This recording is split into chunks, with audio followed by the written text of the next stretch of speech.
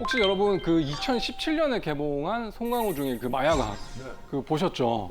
거기 보시면 이제 그 영화가 이제 1970년대를 배경으로 주인공이 이제 마야강으로 성장하고 몰락하는 그런 과정을 그린 실화를 바탕으로 한 건데 그때 이 송강호가 이제 일본 교수, 그러니까 속칭 그 제조업자를 교수라고 하는데 그 교수한테 이제 제조 기술을 터득을 해서 굉장한 막대한 수익을 올리죠. 근데 나중에 이제 검거되는 과정에서 제조 시설이 다 이제 파괴되는 그런 장면이 나오는데 그 이후에도 이제 1980년대에 이제 마약과의 전쟁을 실시하면서 사실 마약 이제 공백기가 발생할 정도로 이제 제조 기술업자들이 대부분 이제 사라졌죠.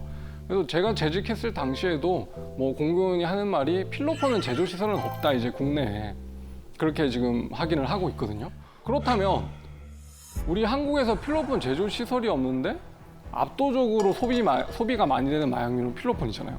그럼 필로폰은 도대체 어디서 오는 걸까요? 밀수 해외에서 해가지고 맞습니다. 그래서 독특한 이제 밀수 수사와 단속에 대해서 얘기를 이제 좀 해보려고 하는데 삼면이 바다로 이제 둘러싸여 있는 우리나라의 지리적 특성상 부산이나 인천같이 공항과 항구가 있는 곳에 이제 주로 필로폰들이 많이 들어오거든요. 관세청에 탐지 요원분들이 엑스레이 판독을 통해서 과자 봉지처럼 생겼는데 안에 이상하게 알약 같은 게 막 들어있더라. 그러면 이제 개장해서 실제로 거기에 마약이 들었는지 확인하는 방식으로 단속을 하고 있거든요. 근데 그 관세청에서 발표한 통계를 보니까 22년 1월 그 통계인데 2021년 한 해 동안 적발된 마약류의 양이 1.2톤. 근데 여러분 여기서 아셔야 될 게 그게 관세청에서 엑스레이를 통해서 적발된 게 그 정도 양인데 적발되지 않고 통과된 것까지 치면 어마어마한 양인 거죠. 적발된 게 맞나요? 아니면 통관된 게 맞나요? 통과된 게 더 많다라고 보고 있습니다. 네. 이게 그 왜 그러냐면 그게 탐지하는 요원들의 숫자는 사실 한정돼 있는데 그 물량이라는 거는 계속 뭐 보내면 되지 않습니까? 그러니까 적발이 정말 어려운 것이 현실입니다. 네. 이게 밀수의 법정형 자체가 거의 뭐 10년 이상 징역을 선고받을 정도로 굉장히 중한 범죄인데 그래도 밀수를 한단 말이죠. 왜 하는 것 같으세요? 돈이 많이 되는 역시 돈이겠죠 뭐. 그렇죠. 돈이 됩니다. 돈이 얼마나 되냐? 거의 8배에서 10배 정도의 많이 나는 거. 원가보다 미국에서 그 필로폰의 도매가가 뭐 예를 들어서 100원이면 한국에 들어오는 순간 800원으로 뛰는 것처럼 거의 8배의 도매가가 뛰는데 그 도매가에서 또 소매가로 소분해서 판매를 하는 경우까지 생각하면 정말로 어마어마한 수익을 벌어들이게 되는 거죠. 그래서 이 밀수사범, 사실 뭐 속칭 빠꼼이라고 하는데 이 사람들은 어떻게 하냐면 해외에서 마약을 한 5, 6개를 동시에 그냥 뿌립니다. 그 중에서 하나만 통과된다는 생각으로 보내는 거예요. 이 사람들이 이제 마약을 보내면 계속 하는 게 수시로 이제 배송 트래킹 추적을 해요.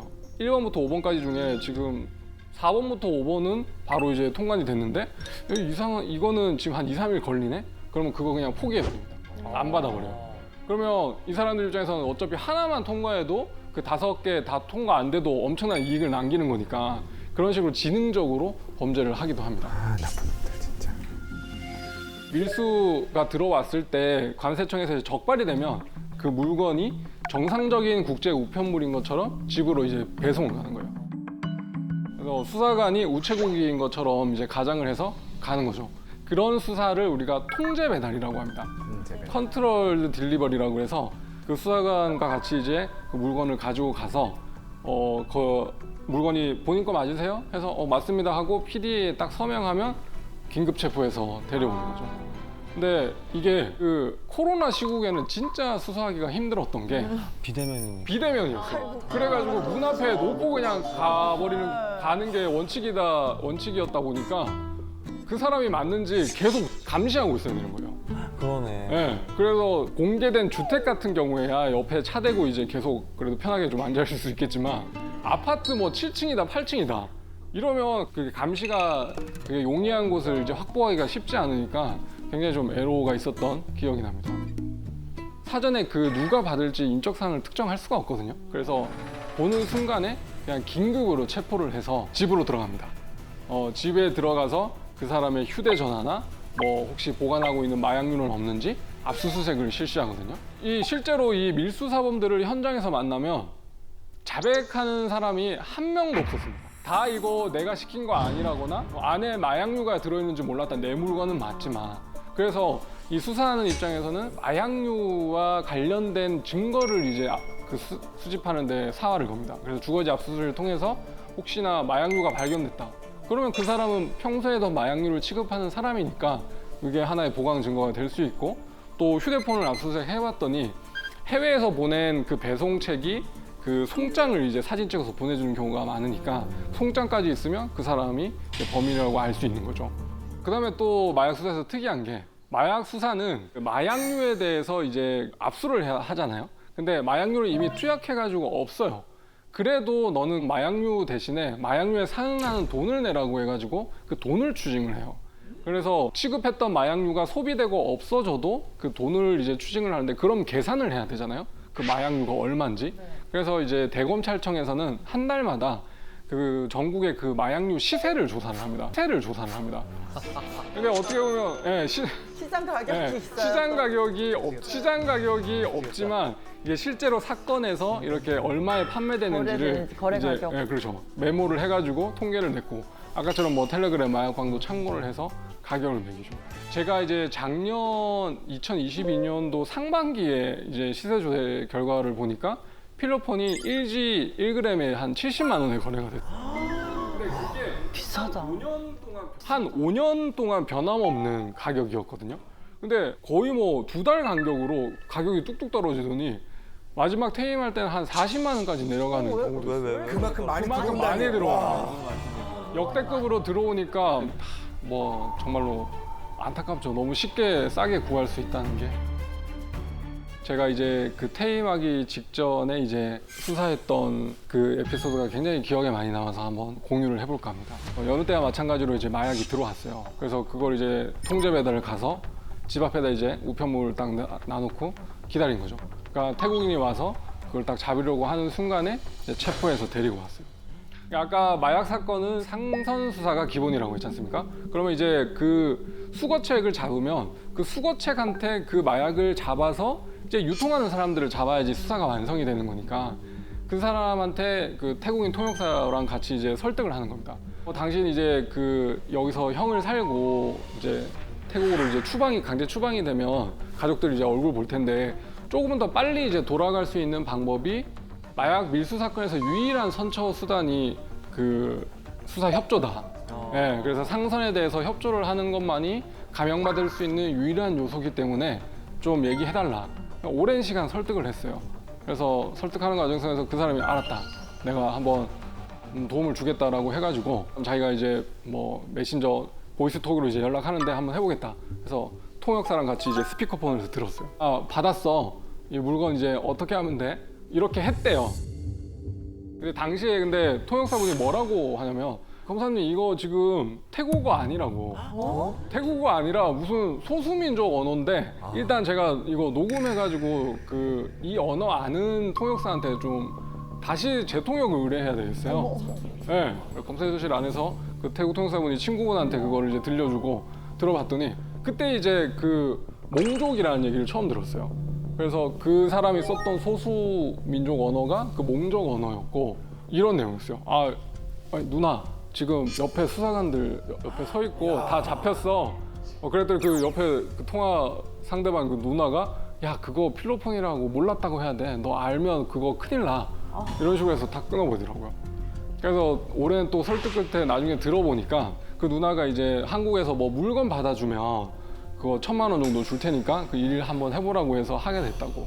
근데 이제 그 다음번에 뭐 계속 이제 태국인이 검거가 되는 거예요. 태국인들을 잡아서 이제 똑같이 상선 추적을 해보니까 다 이제 그 상대방이 몽족 언어를 쓰는 사람이었던 거예요. 그 누나. 그 누나는 아니었는데 어떨 때는 남자가 받기도 하고 어떨 때는 여자가 받기도 하고, 아 이거 수사 해볼만 하겠다라는 생각이 들어가지고 이제 상선 수사에 더 이제 박차를 가했죠.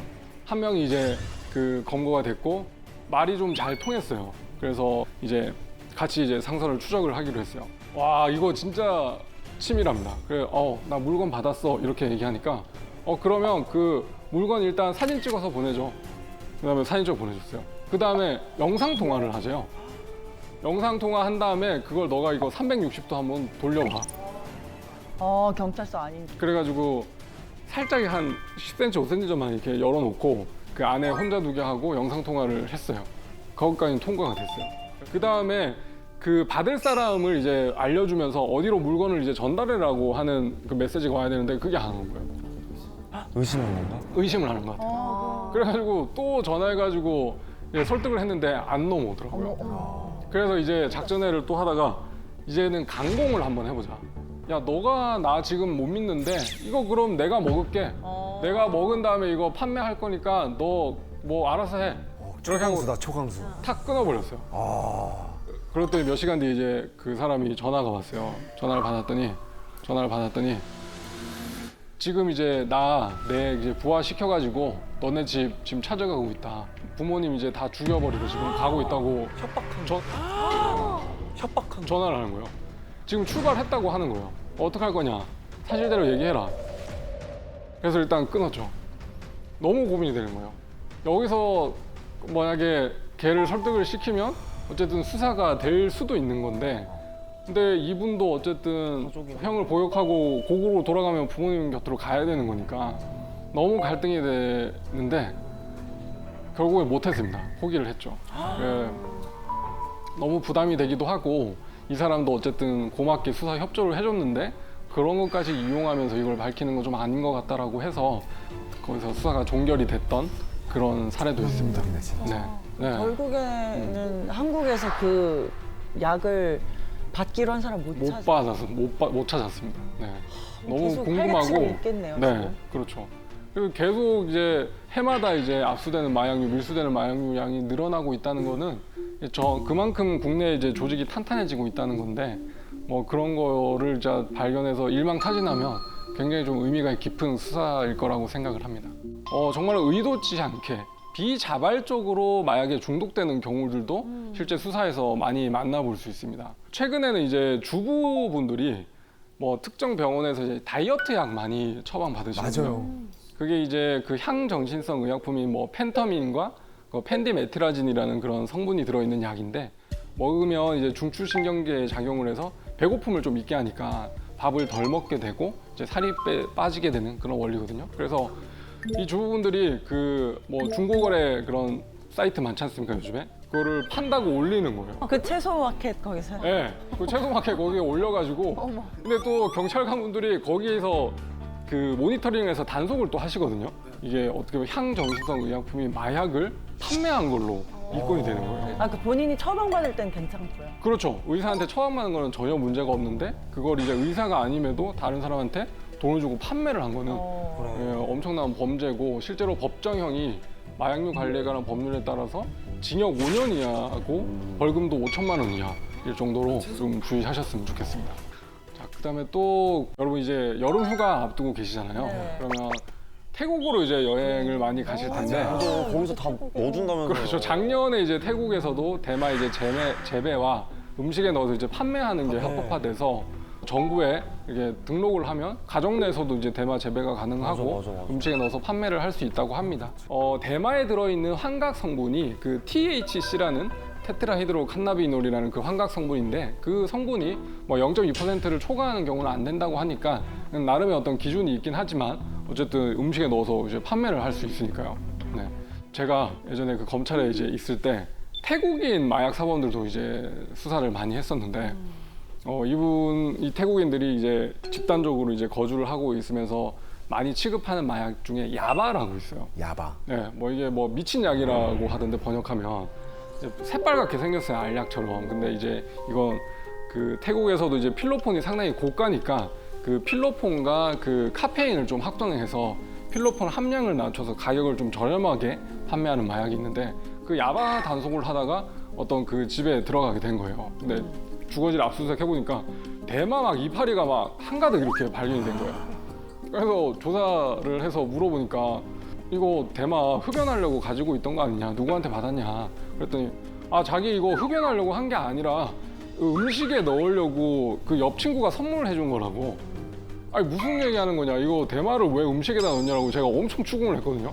근데 진짜 음식에 넣었다는 거예요. 뭐 고수도 아니고. 예, 그래가지고 저는 그 작년에 뉴스 보고 정말로 이게 대마가 음식에 혹시 사용될 수 있겠구나, 태국은. 그래서 그 사람한테 너무 뭐라고 했던 게 좀 미안했던 그런 순간도 미안까지. 있었어요. 아니 근데 저희가 네. 만약에 태국 여행을 갔는데 그분들이 혹시라도 음식에 그럴 수 있어요. 나 대마를 먹자니. 넣어서 우리는 모르고 그냥 먹으면 어떻게 되는 거예요? 모르고 먹었다면 문제가 안 되지만 그 알고도 먹었다라면 그거는 처벌될 수가 있어요. 근데 그걸 어떻게 증명해요? 몰랐어요. 모르고 먹었다. 네, 어떻게 그렇죠. 섞어서 그거는 나오니까 뭐 따로 나오는 것도 아니고. 사실 우리는 어떻게 생겼는지도 모르잖아요. 몰라요. 대마를 넣은 음식점에는 이제 표시를 하게끔 돼 있던데 그러면 그 식당에서 그 음식점에 이제 대마 표시가 돼 있는 자료를 입수를 한다면 고의를 또 입증을 할 수는 있겠죠. 우리 형법은 그 속지주의뿐만 아니라 속인주의를 채택하고 있어서 한국 사람이 다른 외국에 나가가지고 이제 마약류를 투약을 하더라도 우리나라 형법과 마약류 관리에 관한 법률이 적용되기 때문에 태국에서 알고도 그렇게 먹었다면 대마 이제 섭취로, 흡연으로, 투약으로 처벌될 수 있다는 거죠. 그럼 단 한 번을 먹어도 처벌 대상이 되는 거. 뭐 한 번 투약했다라고 해도 대마 같은 경우에는 소변에서 최장 한 달까지 이제 검출이 되니까 여행 갔다 왔는데 어때 원한 관계에 있는 사람이 저 사람 대마든 음식 먹었어요라고 이제 제보를 해버리면 한 달 안에 이제 소변 채취되면 처벌될 수도 있는 거죠. 네. 근데 좀 무섭다. 잘 모르고 3박 4일 그냥 기분 좋게 놀러 갔다가 네. 한국 오자마자 갑자기 막 잡혀가 버리면 몰랐는데 그러면 너무 당황스러울 것 같아요. 그러면 우리는 어떻게 하면 이 마약과의 전쟁, 범죄와의 전쟁에서 승리를 할 수 있을까요?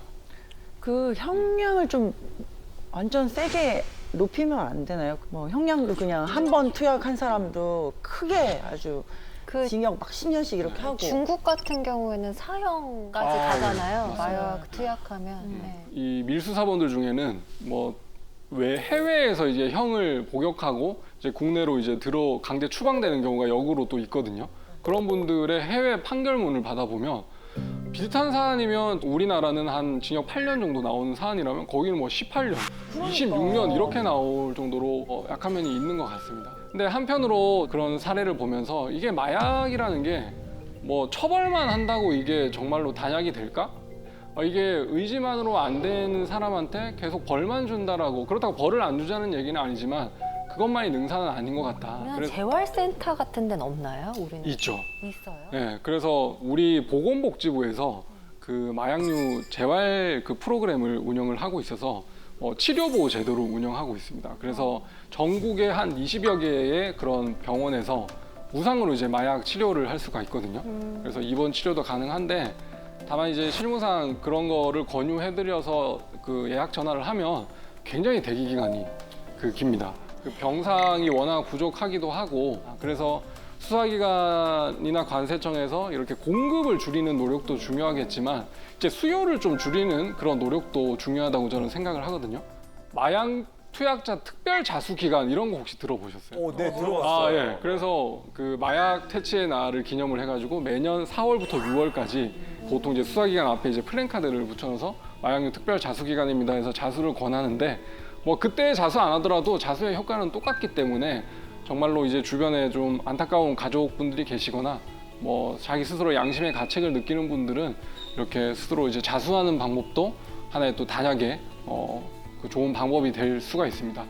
언론에서 연일 마약과의 전쟁이라 해서 굉장히 자극적인 보도만 쏟아내고 있는데 마약이라는 것이 결국에는 범죄인과 동시에 하나의 질병으로 좀 봐주는 그런 시각도 필요하지 않을까 하는 생각이 듭니다. 지금까지 어쩌면 내 친구, 내 가족의 이야기일지도 모르는 끔찍한 마약 중독과 그다음에 그에 대한 수사를 좀 생생하게 살펴보았는데요. 저도 이렇게 강연을 하면서 다시 한번 느끼지만 정말 한국 사회가 마약의 위험에 상당히 크게 노출이 돼 있다는 생각을 다시 했고 여러분들도 호기심에 마약을 할 수도 있겠지만 한 번만 하는 사람이 없다는 거 오늘 강연 내용 다 잊어버리시라도 이거 하나만 기억해 주셨으면 좋겠습니다.